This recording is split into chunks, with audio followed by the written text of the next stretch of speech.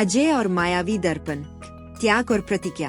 प्राचीन भारत के जंगलों के बीच बसा चंद्रपुर एक ऐसा राज्य था जहां न्याय और समृद्धि का वास था। वहां के राजा महाराज विक्रम सिंह अपनी वीरता के लिए जाने जाते थे, लेकिन उनका बेटा राजकुमार अजय अपनी विनम्रता और बुद्धि के लिए प्रसिद्ध था। अजय की आंखों में एक अजीब सी चमक थी, जैसे वह वर्तमान के पार भविष्य को देख सकता हो। एक शाम जब सूरज पहाड़ियों के पीछे छिप रहा था, राजमहल में एक रहस्यमयी साधु का आगमन हुआ। साधु के हाथ में एक पुराना धूल से भरा दर्पण था। उन्होंने राजा से कहा, महाराज, यह साधारण दर्पण नहीं है। इसमें वह सत्य दिखता है जिसे समय ने छुपा दिया है, लेकिन इसे केवल वही छू सकता है जिसका हृदय निस्वार्थ हो। अजय ने उत्सुकतावश उस दर्पण को छुआ। अचानक दर्पण से एक नीली रोशनी निकली और पूरे दरबार में फैल गई। दर्पण के भीतर एक उजाड़ साम्राज्य दिखाई दिया, जहां लोग भूख से तड़प रहे थे और एक काली छाया आकाश को घेरे हुए थी। साधु ने गंभीर स्वर में कहा, राजकुमार, यह शून्य लोक है। अगर इस काली छाया को नहीं रोका गया तो यह धीरे धीरे आपके राज्य को भी निगल लेगी। यात्रा का आरंभ। अजय ने उसी क्षण निर्णय लिया कि वह अपने राज्य और मानवता की रक्षा के लिए इस अज्ञात संकट का सामना करेगा। राजा विक्रम सिंह चिंतित थे, लेकिन उन्होंने अपने पुत्र के साहस को नहीं रोका। उन्होंने उसे अपनी पुश्तैनी तलवार भैरवी सौंपी, जिसके बारे में कहा जाता था कि वह बिजली की गति से वार करती है। अजय अकेले ही घोड़े पर सवार होकर उत्तर की दिशा में निकल पड़ा। रास्ते में उसे घने जंगलों, उफनती नदियों और खतरनाक पहाड़ियों का सामना करना पड़ा। उसकी पहली चुनौती थी भ्रम का वन। इस जंगल में पैर अपनी जगह बदलते थे और हवा में ऐसी खुशबू थी जो राहगीरों को गहरी नींद में सुला देती थी। पहली परीक्षा। जंगल के बीचों बीच अजय को एक बूढ़ी औरत मिली जो एक भारी पत्थर के नीचे दबी हुई थी। अजय जानता था कि यह कोई माया हो सकती है, फिर भी उसने घोड़े से उतरकर उसकी मदद की। जैसे ही उसने पत्थर हटाया, वह औरत एक सुंदर वनदेवी में बदल गई। देवी ने मुस्कुराते हुए कहा, राजकुमार, तुम्हारी दया ही तुम्हारी सबसे बड़ी शक्ति है। शून्य लोक का स्वामी कालनेमी केवल नफरत और डर से लड़ना जानता है। वह प्रेम और करुणा के सामने कमजोर है।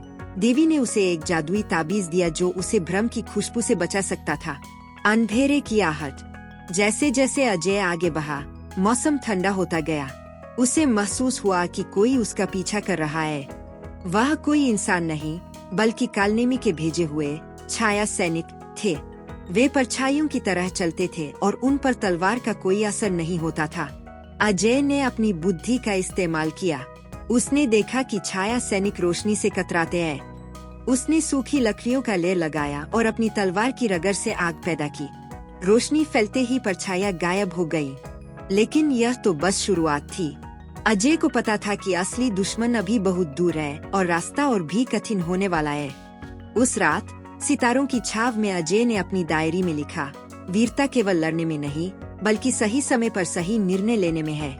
अजय और मायावी दर्पण। मायावी दुर्ग का रहस्य। भ्रम के वन को पार करने के बाद राजकुमार अजय का सामना एक विशाल रेगिस्तान से हुआ, जिसे अग्नि मरुस्थल कहा जाता था। यहाँ की रेत दिन में तपती आग की तरह जलती थी और रात में इतनी ठंडी हो जाती थी कि खून जम जाए। अजय का घोड़ा थक चुका था और पानी की एक एक बूंद कीमती हो गई थी। तभी क्षितिज पर उसे एक विशाल काला किला दिखाई दिया। यह मायावी दुर्ग था, जिसके बारे में कहानियों में सुना था कि यहाँ से कोई वापस नहीं आता। अजय जानता था कि शून्य लोक का द्वार इसी दुर्ग के भीतर कहीं छिपा है। दुर्ग के द्वार पर। जैसे ही अजय दुर्ग के विशाल द्वारों के पास पहुंचा, पत्थर के दो विशाल रक्षक गार्गोयल्स जीवित हो उठे। उनकी आंखें अंगारों की तरह दहक रही थीं। उन्होंने गरजते हुए पूछा, राजकुमार, यहाँ केवल वही प्रवेश कर सकता है जो अपने सबसे बड़े डर का सामना करने को तैयार हो। क्या तुम तैयार हो? अजय ने अपनी तलवार भैरवी को मजबूती से पकड़ा और कहा, मेरा डर मेरी कमजोरी नहीं, मेरी शक्ति है, क्योंकि वह मुझे सावधान रखता है। रास्ता दो। रक्षकों ने मार्ग छोड़ दिया, लेकिन जैसे ही अजय ने कदम रखा, उसे अपने पिता राजा विक्रम सिंह की चीख सुनाई दी। उसे लगा जैसे उसका राज्य चंद्रपुर जल रहा है। यह कालनेमी की माया थी। अजय ने अपनी आंखें बंद की और वनदेवी द्वारा दिए गए जादुई ताबीज को छुआ। ताबीज की ठंडी रोशनी ने उसे एहसास कराया कि यह सब एक भ्रम है। जैसे ही उसने डर को नकारा, महल के दृश्य धुएं की तरह उड़ गए। भीतरी कक्ष और राजकुमारी मीरा। दुर्ग के भीतर अजय एक ऐसे कक्ष में पहुंचा जो हजारों दर्पणों से बना था। हर दर्पण में अजय का एक अलग रूप दिख रहा था। कहीं वह बूढ़ा था, कहीं वह एक भयंकर राक्षस। इसी कक्ष के बीचों बीच एक पिंजरे में एक युवती कैद थी।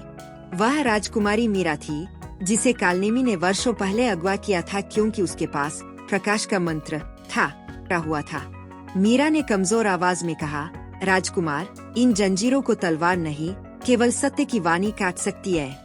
तुम्हें अपनी एक ऐसी गलती स्वीकार करनी होगी जिसे तुमने आज तक छुपाया है। अजय रुका। उसने गहरी सांस ली और कहा, बचपन में मैंने अपने पिता का कीमती रत्न तोड़ा था और डर के मारे उसका दोष एक निर्दोष सेवक पर मर दिया था। उस बोझ को मैं आज भी अपने सीने पर महसूस करता हूँ। सत्य की घोषणा होते ही जंजीरें पिघल गयी। मीरा आजाद हो गई। उसने अजय का आभार व्यक्त किया और उसे बताया कि कालनेमी असल में कोई इंसान नहीं, बल्कि एक प्राचीन अभिशाप है जो लोगों के पछतावे और नफरत से शक्ति पाता है। छाया सैनिकों का हमला। अचानक दुर्ग की दीवारें कांपने लगीं। कालनेमी को पता चल गया था कि उसका कैदी भाग रहा है। सैकड़ों छाया सैनिक दीवारों से निकलकर बाहर आने लगे। इस बार वे पहले से कहीं अधिक शक्तिशाली थे। मीरा ने चिल्लाकर कहा, अजय, अपनी तलवार को मेरे प्रकाश मंत्र से जोड़ो। अजय ने तलवार ऊपर उठाई और मीरा ने एक प्राचीन श्लोक पढ़ा। तलवार भैरवी अब साधारण बिजली नहीं, बल्कि शुद्ध श्वेत प्रकाश उगल रही थी। एक ही झटके में अजय ने पूरी सेना को धूल चटा दी। लेकिन तभी दुर्ग का फर्श फटने लगा और वे दोनों एक गहरी खाई में गिरने लगे। नीचे अंधेरा था और उस अंधेरे के बीच से एक भयानक हंसी गूंजी, कालनेमी की हंसी।